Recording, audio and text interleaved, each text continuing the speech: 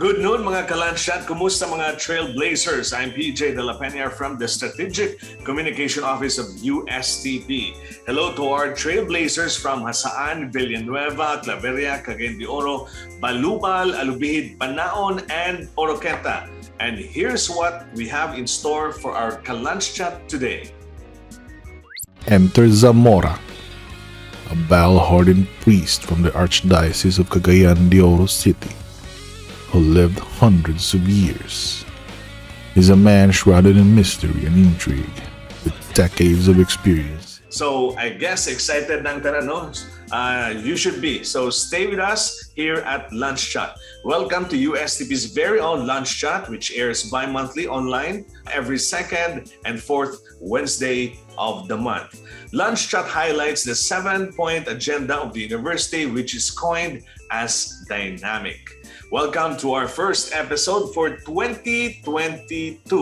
We have a very exciting episode today as we feature one of the incubatees of USTP's CDO b.i.t.e.s. Mahilig ba mo sa mga comics? No? Not the usual comics nga atong naandan. Sama sa kilabot, naiwakasan, naihiwaga, o aliwan, o uban pa no. Lahi na ito nga generation among naamtan. This time, lahi siya nga comics. I'm referring to comics nga pang-international. Manga illustrations and animation. So, Diana, please introduce our guest for today. Our guest for today is the creator of Zamora, Cagayan de Oro's first webtoon or digital comics. He is also the founder, CEO, and head artist for Scribbles Media. An incubatee, he is Mr. JP dela Rama. Thank you, Diana, and welcome to LunChat, Sir JP. Welcome, sir. Thank you. Good afternoon.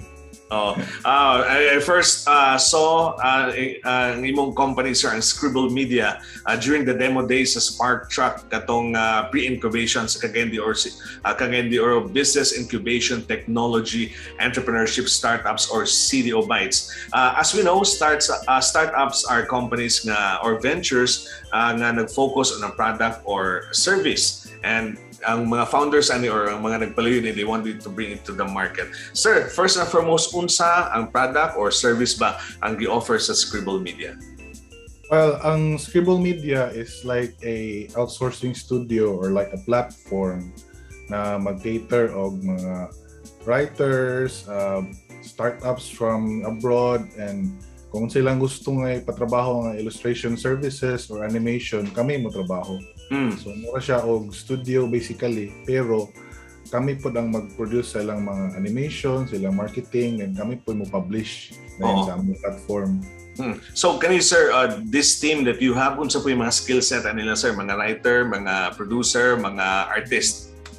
Mostly karon akong team is like artist, na ay video editor, na animators. Pero actually mo venture gapon mi og ganang writing kay usually manggod na ay mga authors sa gawas nga magpasulat silang scripts. So for karon artist pa karon. And one of the highlights, sir, sa inyong Scribble Media is you came up with the first webtoon for Cagayan de Oro. Tell us more about it, Sir Murag. This is a good thing to hear. Ma-excite po ang ubang mga mahilig sa mga animations, mga cartoons, mga illustrations, sir. Comics. Actually, we started with our own platform pod nga mo publish pod og mga local comics nga webtoons, webcomics, manga, and mo ni siya mong first nga character like si Zamora. Mo na siya ang mong first gid na mga kuan na karon na napud may lain pod nga mga other stories other than Zamora, like sa Life of Arnel, sa garang mga nana siya mga stories. The brief one, sir, background unsa ni si Zamora and what it's all about. O katong wala na kayo dili kay familiar unsa ang webtoon, digital cartoon na siya nga murag cater for cell phones, for tablets na nga makita nimo. Sir, tell us unsa ning Zamora, unsa ni siya nga character, unsa yung settings niya niya.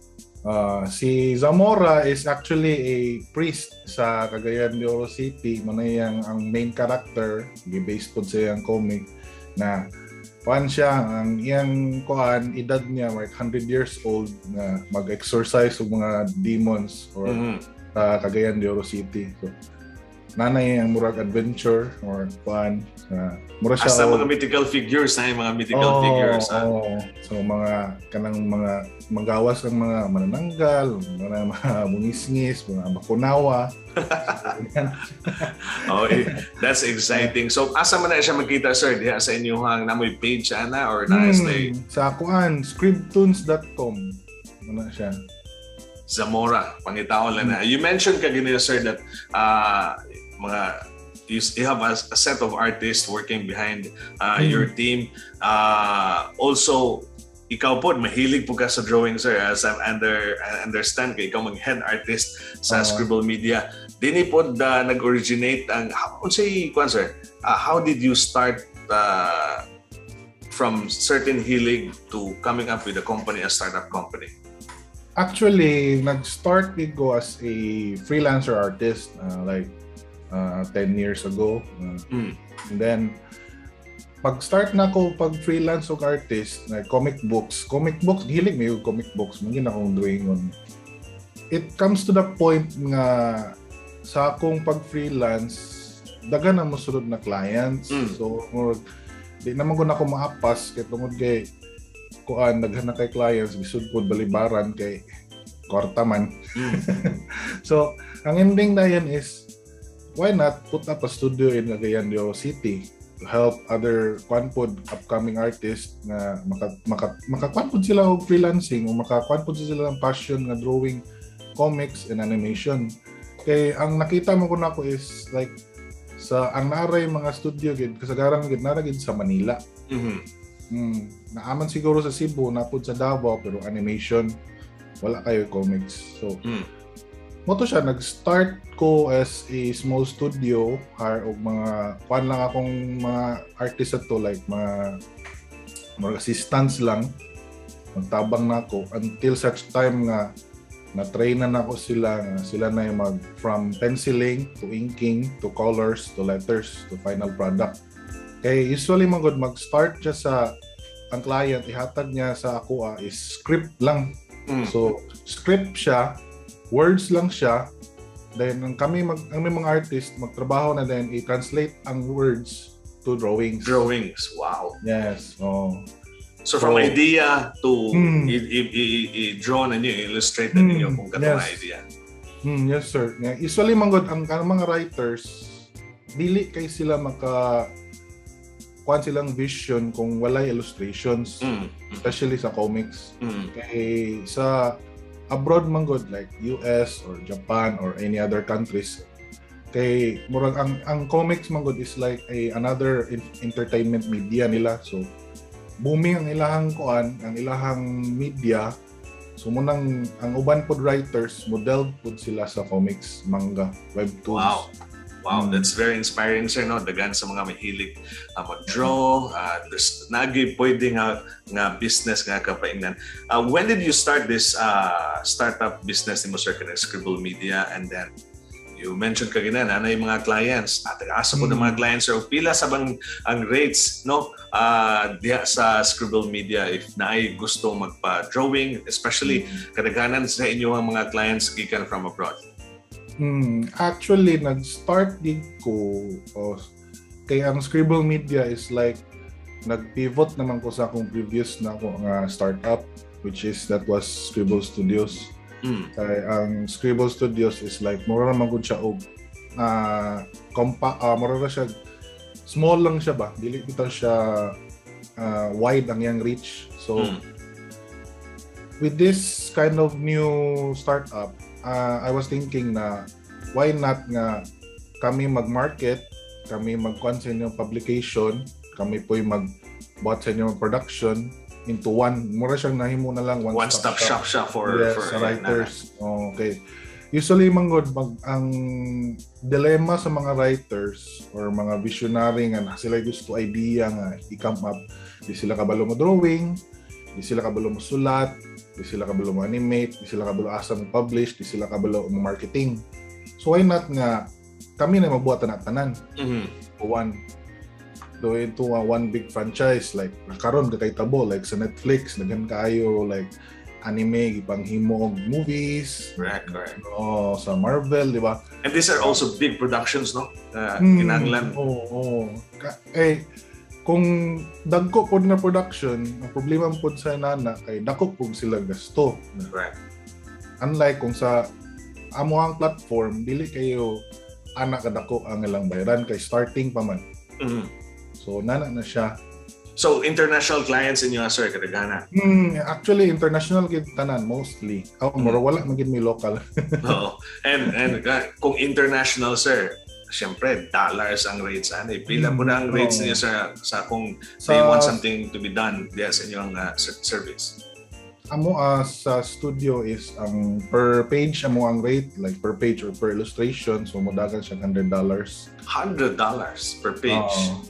Dayon Wow. sa among animation is like $1,000 per minute. Woo! Pero ang problema mo kana sir kay daghan mo gud artist magkuan ana. So Mag-collaborate, maghimo ana niya. so kuan nagyapon siya nga mabungkag nagyapon ng dako-dako nga Pero dollars gyapon, sir. Di man puso paghimo sa one page lang, no? At least pila ka pages ang ilang pay mo and it would run to pila ka minutes and they're coming in, no? Ang importante na ay mga clients nga coming in. Sir, usually ang mga startups or kaning mga companies naagin sila sa mga initial stages sa business. What made you enroll sa incubation program sa CDO b.i.t.e.s? And so far, you've done asa na ba mga stage? You're going to the fire starter stage. What are the important things along the way nga inyo ang na-learn, sir, or from this program? Actually, ang kuan gid importante gid starting kuan og mga startups is grit lang gid. Perseverance kay once nga mag-start gid og mga nani nga klase nga mga business, especially kanang from the ground up, lisod gid kayo ang kuan, ang funding, ang uban pa lisod pagigali gapon makakuha og kaning investors. Correct. So mo gid na siya importante gid na perseverance gid. Oo, labi na pasugod pa lang yun and passion. So sir, asa man nga part ang imong gusto as a startup, asa man nga part ang imong gusto nimo ma-strengthen para sa inyo ang company? You have the skills, you have a very good team, no? Asa pa nga part gusto nimo ma-strengthen pa siya? Ang karon dapat among kuan gid is like more on marketing na gid nga mailhan gid nga naagid siya nga nani nga startup. Kay usually manggod kung magput up kag startup wala kay marketing, so how do people know nga nag-exist ka? Correct. So muna siya nga muna po isa ka importante nga dapat kuan gid nga magpaybalo gid ka nga hey, we're here, we do this commissions for you, this animations, this production. So muna siya sir ang panamo. So a good thing, sir, nga you're a believer of kaning sa incubation system and kaning sa mga startups. Same po ba ang imuhang ma-advise sa naapoy mga ideas coming up with a company, mag-start o nasa wapo nga mga ideas to also enroll in startups? Yes sir, yes incubation sir. Program. Yes sir. Ang kuan man good is tinod lang gid in the real world. Most ideas nanay nakauna gid ana. Innovate na lang ka. Ang imuha na lang gid is you're like say bag-o si imuha like how do you level up compete with the bigger companies. Correct. How different are you, how unique your startup is, mo gina siya importante. Sa imuhang kwan, sir, sa inyong startup journey, unsay mga na-learn mo, sir, along the way, unsay mga realizations nimo? Daghan ni kay ups and downs yun, especially gid sa freelance gid nga industry, like naay sometimes gid na months na mingaw gid. So muna akong gikuan nga if sa inyong startup gid dapat gid nga never put one egg on a single basket. Dapat gid nga daghan mo og kuan mura og passive income or other source of income kay kung isa ra gid ka buok munay problema nga mag-atang ray ka maghulat ra ka sa Wala ka kanus-a. oh that's why nga muna among venture nga as a platform nga magkuan mi sa social medias like na may YouTube channel, like na may among publication, na may among commissions. So muna among gi kuan ginamo sa Scribble Media. Multiple platforms kumbaga, yes, sir. Oh, okay. Katong previous man ko na mga startup kay nagsalig ra gid mi sa commissions. So muna nga nagi months gid nga mingaw gid kayo. So especially kanang naman ko na panahon pud sa international market nga naggipit pud sila sa kwarta. Oh. So muna nga kami na sa Scribble Media na karon na naka-learn nami nga mukuan gid og lain kuan another source of income. So, sir, if okay lang no, if I may ask, unsa po yung mga projects nga gihimo ninyo with your clients abroad? Unsa po na may mga characters, unsa gid nga industry ang ga-cater as of one service? Actually, amo gid most noticeable gid na mga projects is like music videos sa mga banda sa gawas. Oh. Usually manggod magpakuan sila og animation project na ay ilahang characters na kami mag-animate. So mo gina mostly gid among mga projects. Na ba may makita na sir sa kuan? Sa YouTube na. Sa YouTube. Okay lang ba ma-mention imong mga clients? Yes, sa mga project? Which unsa ring mga project, sir? Sa Raven Black na band, na napunto sa Gears na band, napunto sa nakalimot ng soban. Basta usually mga metal music, ganahan ko na sila og ganang may mga animation. Pretty animation, ganahan na dark. That's good. But diri sa Cagayan de Oro, sir, this industry na inyong gisudlan, kumusta ba? Is it thriving? Is a growing industry? And no, as we've seen from your company, very promising, no? Very promising siya. Sa tinuod lang yun, to tell you the truth, kung mag-put up kag studio like this, dapat yun nga imoging market is sa gawas. Sa akong experience lang yun, kung fellow Filipinos lang ang mo pansin muha ang problema mo good is especially kang imuhang skill nimo dapat ginani na klase nga price pero ang problema man gud kay hangyoon pamanggod ay tawaran ang ending ayoon na lang so ang problema ikaw wala na kay kwarta. Correct no, it's lisod kay siya nga mahimo siyang profitable tungod kay ikaw lang kita magamit kuan mo rin gina siya nga presyo na ending to tama imong sulti sir malibre na gina siya madugay. Una nga usually gid sir ang gaput up og inani nga mga studio tanan gyud client nila abroad gyud sir. Okay. Naay mo kuan siguro kanang local pero mga government kuan ang mo hire sa ila. That's good to know, no? Nga naay business in aning naadiri sa Cagayan de Oro and a growing startup company. Thank you, Sir JP. Now let us find out about the startup ecosystem in Cagayan de Oro with Diana. The startup ecosystem of Cagayan de Oro is ranked at number 493 globally by Startup Blink and shows a positive momentum, increasing 87 spots since 2020. Cagayan de Oro ranks at number 3 in Philippines, behind Manila and Cebu, and ranks 14 in Southeast Asia. Cagayan de Oro is an ideal place to locate for education, e-commerce and retail, and social leisure startups. Thank you, Diana. Truly, CDO is a powerhouse of startups in the country, and also credits to USTP CDO b.i.t.e.s of nurtured the startup ecosystem through the incubation program kung asa na appeal sab no na on board ang Scribble Media ni Sir JP. But Sir JP, mag-games ta gamay sir no, natay gamay nga pabibo on our program sa LunChat. We call this game Guess the Food. this is also a way of supporting our local business in the city, no? Kay kaning mga food mo ni gina-offer sa mga restaurants, mga negosyante diri sa city. So we'll show you the picture sa food and then you make a guess, sir, kung mag-guess ba nimo.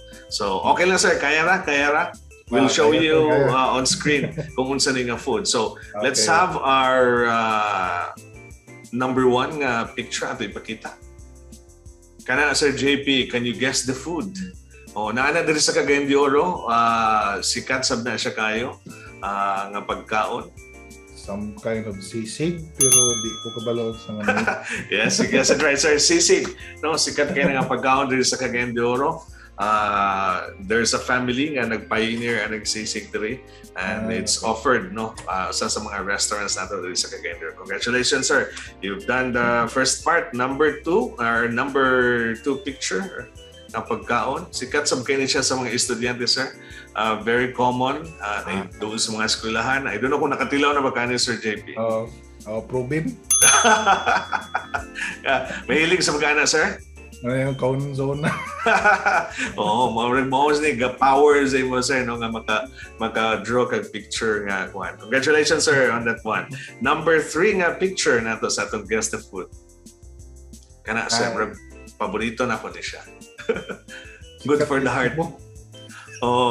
Chicharong ginabot.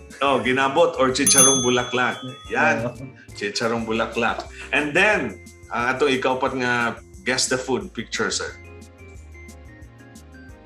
Kana, gikan gina sa kamigin. Pastel. Pastel. Ayan, congratulations, sir. Asa man gid ang imong paborito aning upat, sir? Sir JP.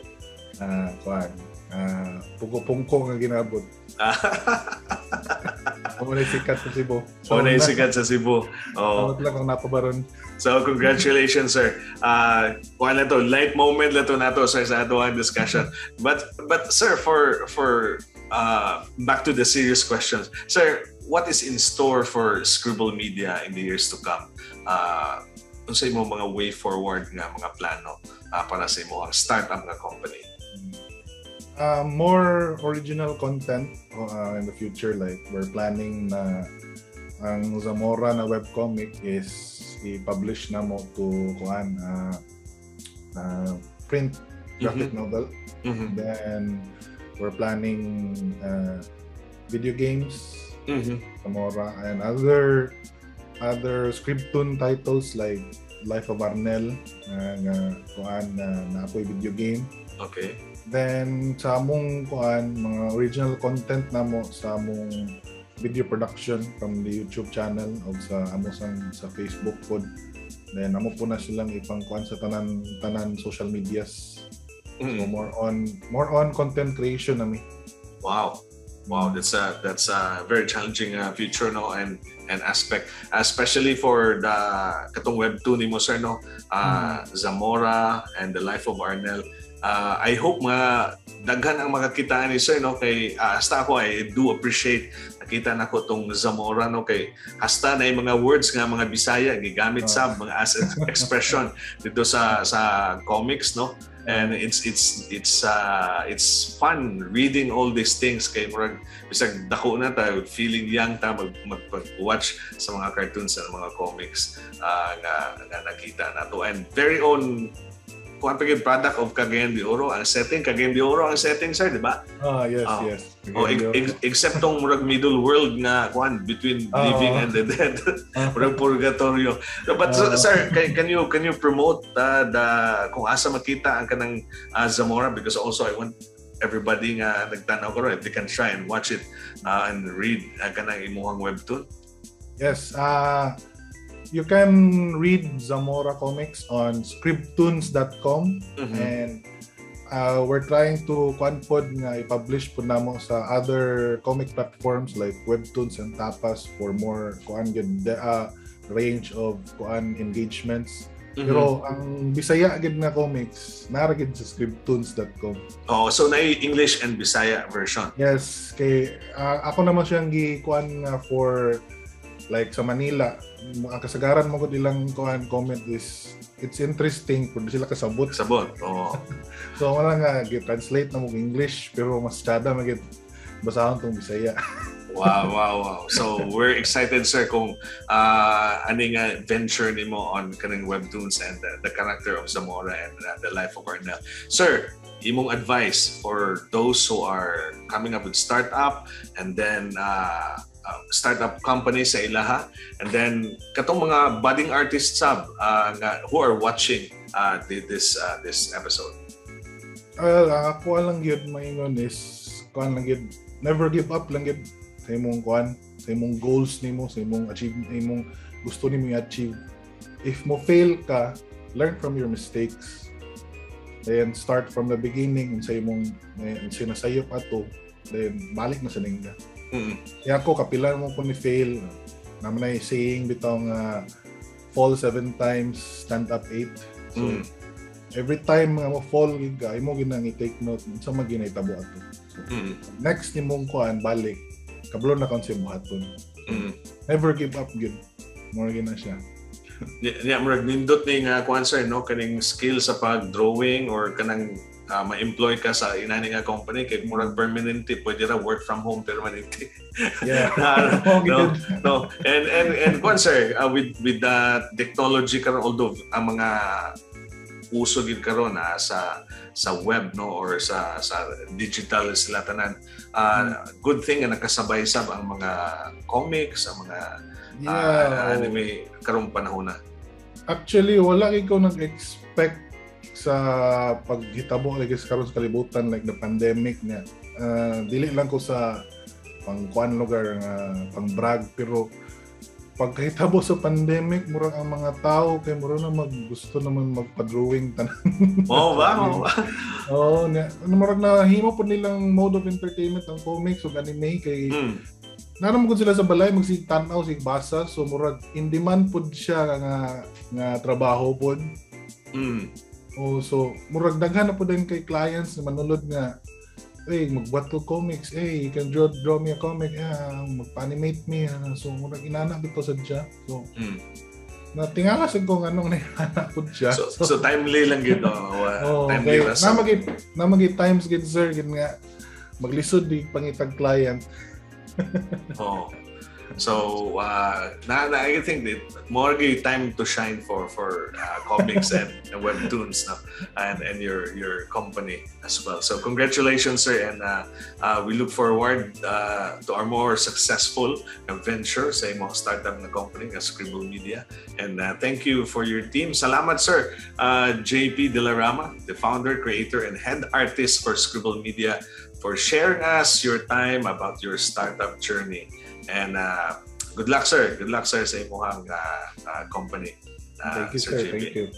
Okay. Thank you, Sir JP. And also thank you to our virtual co-host, Diana. In the University 7-Point Agenda, dynamic startups and studio bites fall under letter D, which is develop and implement strategies in fostering innovation and entrepreneurship. See you again next time, Trailblazers. This is USTP's Lunch Chat.